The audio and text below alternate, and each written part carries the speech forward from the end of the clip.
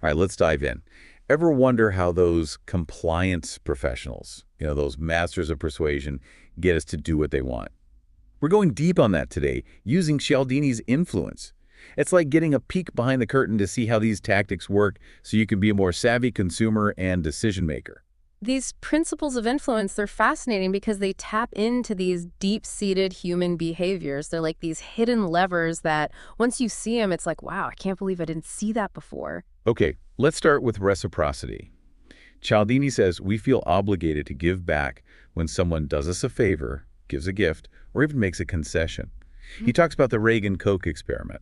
People bought twice as many raffle tickets when they'd been given a free Coke. Yeah, and what's really interesting about that study is it shows it's not just about being nice. Right. Joe, the guy giving out the Cokes, he was orchestrating the whole interaction to get a specific outcome.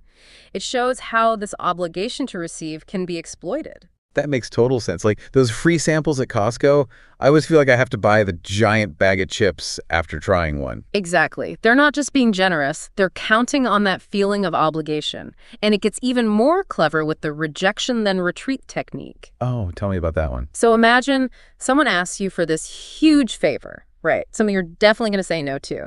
Then they back off and ask for something smaller. Suddenly you feel like you have to say yes. Ah, so it's all about making me feel like I'm the one making the concession. You got it. And what's crazy is people who agree under these circumstances, they're even more likely to comply with future requests. It's like they've been primed to say yes. Okay, this is starting to feel a little manipulative. How do we avoid falling for this? I don't want to be a sucker. Awareness is key. You've got to be able to spot these tactics for what they are. Think about those free home security inspections that turn into high-pressure sales pitches.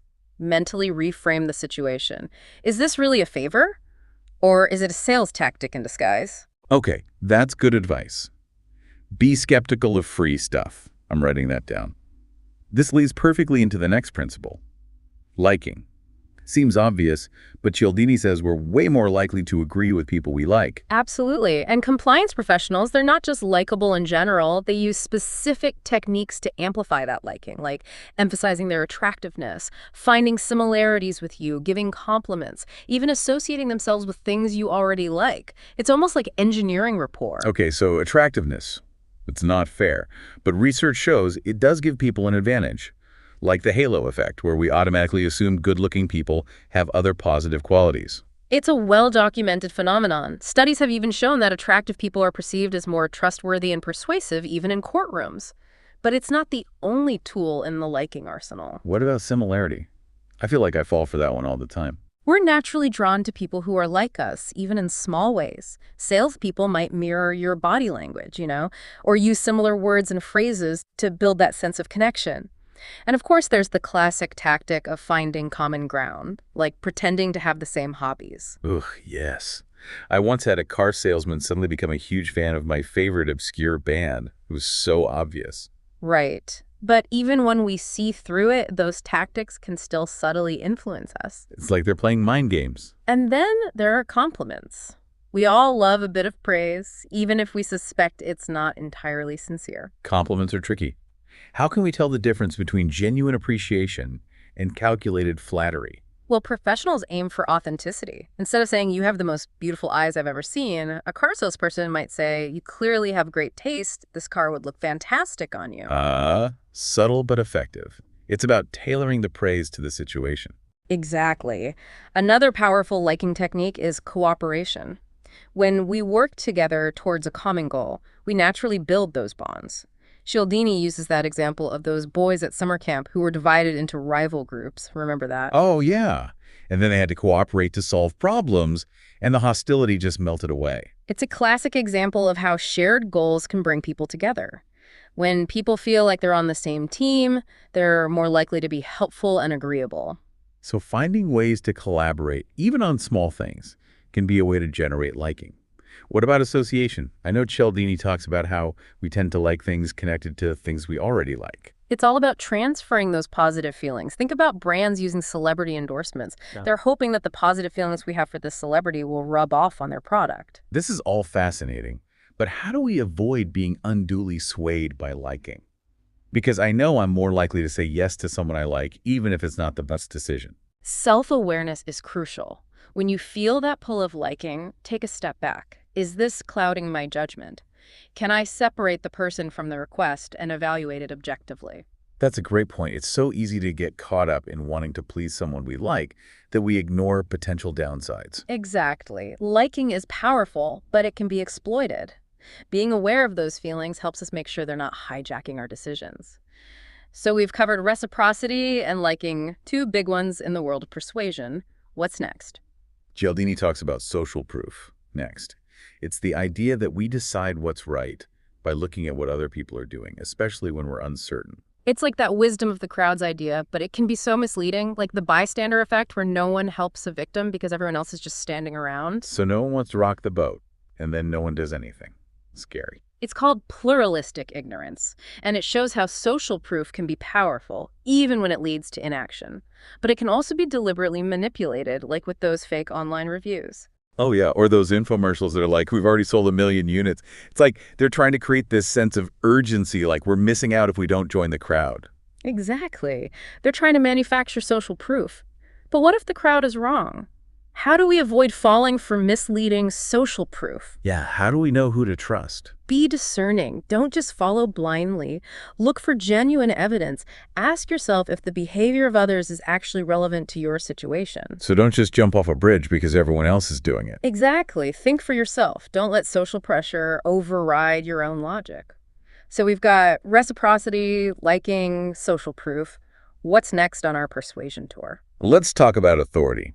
This one taps into our deep-seated tendency to obey authority figures. We're conditioned from childhood to respect authority. It's woven into the fabric of society. And compliance professionals, they know this. They use symbols of authority like titles, uniforms, even fancy cars to trigger that automatic response. Think about all those ads with doctors endorsing products, right? Or those people in lab coats talking about technical stuff. They're banking on our association of those symbols with credibility. Cialdini mentions a study where people were way more likely to follow a jaywalker if they were wearing a business suit. Crazy, right? It shows how those visual cues can override our better judgment. And then there's the Milgram experiment that showed how far people will go to obey authority, even if it means harming others. That experiment was controversial, but it revealed a dark truth about human nature. We can be incredibly susceptible to the influence of authority, even when it goes against our morals. So how do we defend ourselves against that? Because sometimes it's hard to question someone who seems like an expert. Two key questions. First, is this person actually an expert in this specific area? And second, how truthful can we expect them to be? Just because someone has a fancy title or a uniform doesn't mean they're always right. It's about looking beyond those surface markers and critically evaluating what they're saying. Exactly. Challenge assumptions, ask for evidence, and don't be afraid to push back, even if the person seems like an authority. All right, so far we've got reciprocity, liking, social proof, and authority. Ready for another layer of this influence onion. Hit me with it. What's next? Let's talk about scarcity. This one plays on our fear of missing out.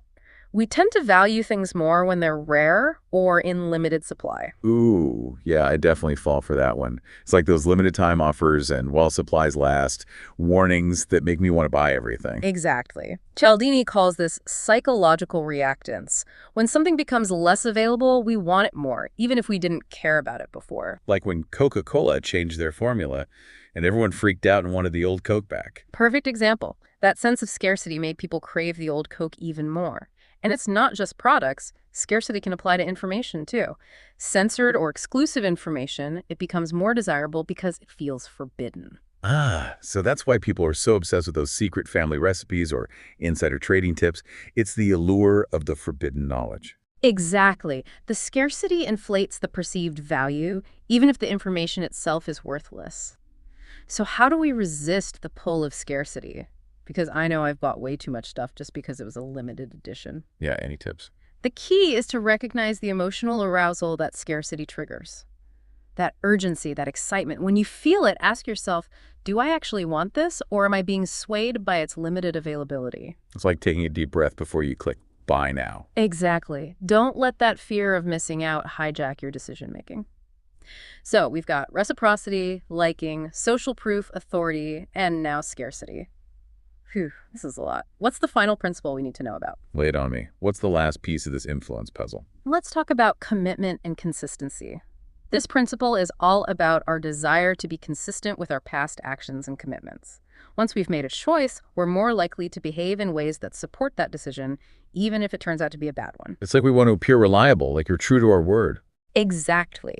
And compliance professionals know how to leverage this. They get us to make small, seemingly insignificant commitments that can be used to influence our future behavior. Like that foot in the door technique, where they start with a small request and then hit you with a bigger one later. You got it. Cialdini talks about this example where people were more likely to put a huge "drive carefully" sign in their yard if they'd previously agreed to display a small one. That initial commitment, even if it's for something small, it sets a precedent. So if I donate $10 to a charity, I'm more likely to donate 100 next time because I've already established this pattern. That's the idea. That initial commitment creates a sense of consistency that makes it difficult to back out later. And public commitments are even more powerful, right? Because now our self-image is on the line. Totally. If I tell everyone I'm going to run a marathon, I'm way less likely to give up because I don't want to look like a quitter. That public declaration adds social pressure. We don't want to disappoint people, and we want to be seen as consistent. It's fascinating how those seemingly small commitments can have such a big impact on our behavior. It's like we're creating a self-fulfilling prophecy. What about effortful commitments? Like hazing rituals? Why would enduring hardship make people more loyal to a group? It seems counterintuitive, but the more effort we put into something, the more we value it. It's like our brains try to justify that effort by convincing us it must have been worth it. So if I go through a tough initiation to join a club, I'm more likely to stick with it, even if it's terrible, just to avoid admitting I wasted my time. Exactly. We don't want to feel like we made a mistake, so we double down on our commitment. And of course, there's the low ball technique, a classic in car sales. Oh yeah, that's when they offer you a great deal, get you all excited, and then change the terms after you've already committed. Exactly. It's frustrating, but effective. They're exploiting our desire to be consistent. So how do we avoid falling for these commitment and consistency traps? Right, because I know I've stayed in bad situations way too long just because I'd already invested time and energy. Listen to your gut. Cialdini calls them stomach signs, that feeling of unease when you're being pushed into something you don't want to do. It's like that little voice in your head saying, this doesn't feel right. Exactly. Trust those instincts. Don't be afraid to back out of a commitment if it no longer feels right. And be wary of those low-ball tactics. Always read the fine print. Look for hidden costs. So being aware of these commitment and consistency principles, it helps us make more informed decisions and avoid getting stuck in situations that aren't good for us. Precisely. And remember, this principle can also be used for good. If you want to achieve a goal, making a public commitment, putting in the effort, it can really work to your advantage. Let the power of consistency work for you, not against you. Okay, we've covered a lot of ground here. Reciprocity, liking, social proof, authority, scarcity, commitment, and consistency. These are some serious persuasion tactics. It's amazing how much our behavior is shaped by these often unseen forces. But don't worry, we're just getting started. Cialdini has one more principle up his sleeve that's especially relevant in today's world. Ooh, I'm intrigued. What's this final principle of influence? I'm ready for another layer of this persuasion onion. This one's all about unity. The idea that we're far more likely to be persuaded by people we feel connected to, and it goes beyond just liking someone. It's much deeper. Okay, I'm hooked. Tell me more. It's about shared identities, you know. Family, hometown, ethnicity, even shared interests. We're more likely to say yes to people who feel like us, even if we don't know them personally. So like if someone tells me they're from my hometown, I'm instantly more inclined to trust them. Exactly. It creates that sense of shared experience, makes us feel like we're part of the same tribe. Cialdini, he talks about this study where participants actually favored robots on their own team over robots on the opposing team. Even though they knew it was just a game, it shows how quickly we form these us versus them groups, you know? That's wild. Yeah. It really makes you think about how much our decisions are influenced by these like subtle feelings of connection. But if we're not careful, couldn't this unity principle be used to manipulate us? Oh, absolutely. Compliance professionals, they can exploit this by, emphasizing shared identities or creating a sense of we-ness around their products or causes. So it's like they're creating a club that you have to buy your way into. That's a good way to put it. Think about those marketing campaigns that target specific demographics. They're making you feel like you belong if you buy their product, like you're part of the in-group. It's all starting to make sense now. This deep dive into influence, it's really been an eye-opener for me. It's like I'm seeing the world through a whole new lens. I'm starting to recognize these persuasion tactics everywhere I look. That's the first step to taking back control. Once you understand these principles, you start to see the patterns, I don't know, the puppet strings, you know what I mean? Yeah, totally. But it's also kind of unsettling, realizing how easily our behavior can be influenced. Like, we think we're making our own choices, but are we really? I understand that feeling. But remember, awareness is empowering. Now you're equipped to recognize these tactics and make more conscious decisions. You're not just reacting blindly anymore. It's like we've been given a secret decoder ring to understand the hidden language of persuasion. Okay, let's recap for a sec. We've covered 7 principles: reciprocity, liking, social proof, authority, scarcity, commitment, and consistency, and now unity. We've covered a lot of ground. We have. It's quite a toolkit. But remember, understanding these principles doesn't make you a master manipulator. It makes you a more informed and empowered individual. You can spot these tactics, make better decisions, and even use them ethically to achieve your own goals. That's an important point. We're not learning this stuff to become like evil puppet masters. It's about self-awareness and recognizing how these influences work in our daily lives. Exactly. Think of it as a defense mechanism against manipulation. And remember, these principles can be used for good too, right? Absolutely. If you want to persuade someone ethically, focus on building genuine relationships, giving valuable information, and framing your requests in a way that makes sense for them, appeal to their needs and values. That's a much better approach than trying to trick people into doing what you want. It's about using your understanding of human behavior to create positive change. Okay, so we've got the 7 principles down. But you said earlier that these principles often tap into our tendency to think and act automatically. Can you say more about that? Sure. Our brains are bombarded with information constantly, right? So we use mental shortcuts to make decisions quickly. We have to. Yeah, if we had to, stop and analyze every little choice, we'd never get anything done. Exactly. We need those shortcuts. But they can also make us vulnerable to manipulation if we're not aware of them. That's why understanding these principles is so crucial. It's about recognizing when our automatic responses might be leading us astray. So like that feeling of obligation when someone does us a favor. We might automatically feel like we have to repay it, even if it's not a good idea. Exactly. Or that tendency to trust someone in a uniform, even if we don't really know if they're an expert. Or like we see a huge line outside a restaurant and assume it must be good without thinking about, maybe it's just really cheap or something. Right. It's like our brains are wired to follow the crowd, even when the crowd is wrong. Yikes. I'm starting to see how this stuff can be used against us. It's a powerful instinct, but it can be dangerous. That's why it's important to question your assumptions. Don't just blindly follow the herd or obey authority without thinking critically. Think for yourself. This is making me think about how these principles might be at play in my own life, Like, I'm definitely more likely to buy something if it's advertised as a limited time offer. That scarcity thing really gets me. That's a common one. We're all susceptible to these influences. The key is to be aware of them so they don't control us. What about you? Are there any principles that you find yourself particularly vulnerable to? Now that you mention it, the liking principle definitely gets me. I'm way more likely to agree to favors from friends, even if I secretly don't want to do it. That makes sense. We value our relationships and we don't want to let people down. But it's important to set boundaries, right? Yeah, I need to work on that. Learn to say no sometimes, even to people I like. It's about finding that balance between being helpful and respecting your own limits.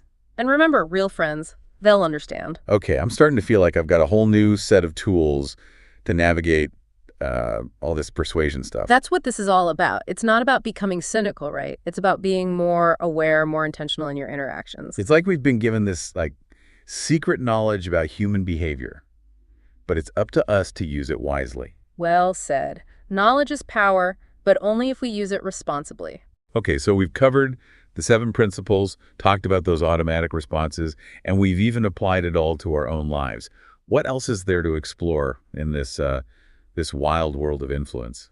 Well, I think it'd be interesting to take a closer look at unity, especially the deeper implications of those shared identities. It's such a powerful force, but we rarely stop and think about where it comes from and its potential for both good and bad.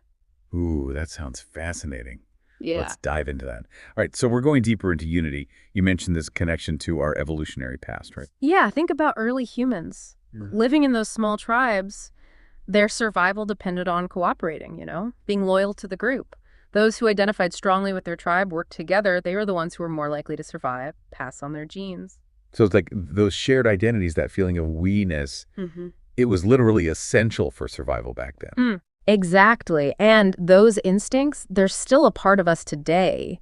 Even though, our lives are very different, we still gravitate toward those who share our values, beliefs, experiences. Gives us that sense of safety and belonging. Yeah, it's like those shared identities create a kind of social safety net. But you said this unity instinct can be exploited, right? How does it work? Well, yeah, it's like anything else. It can be used for good or bad. Shared identities, they can inspire amazing acts of altruism, incredible cooperation, but they can also be used to fuel prejudice and discrimination. Oh, yeah, I see that.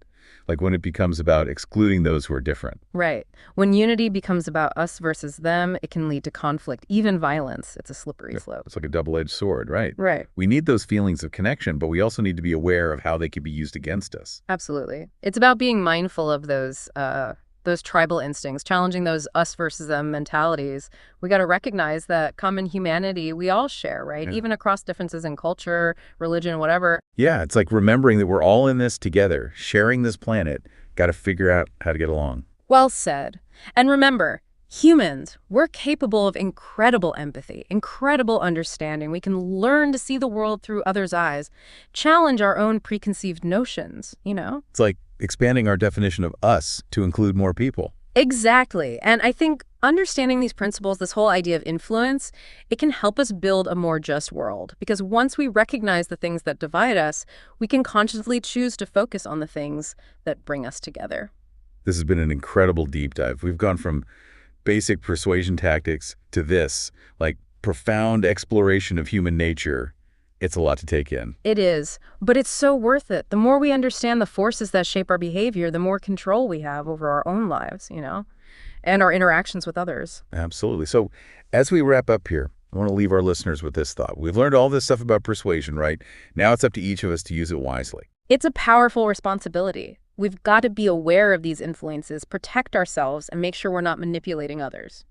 Let's all try to be a force for good in the world, using this knowledge to build bridges, not walls. I love that. Thanks for having me. This has been a great conversation. Thanks for being here. Until next time, everyone, stay curious, stay informed, and stay connected.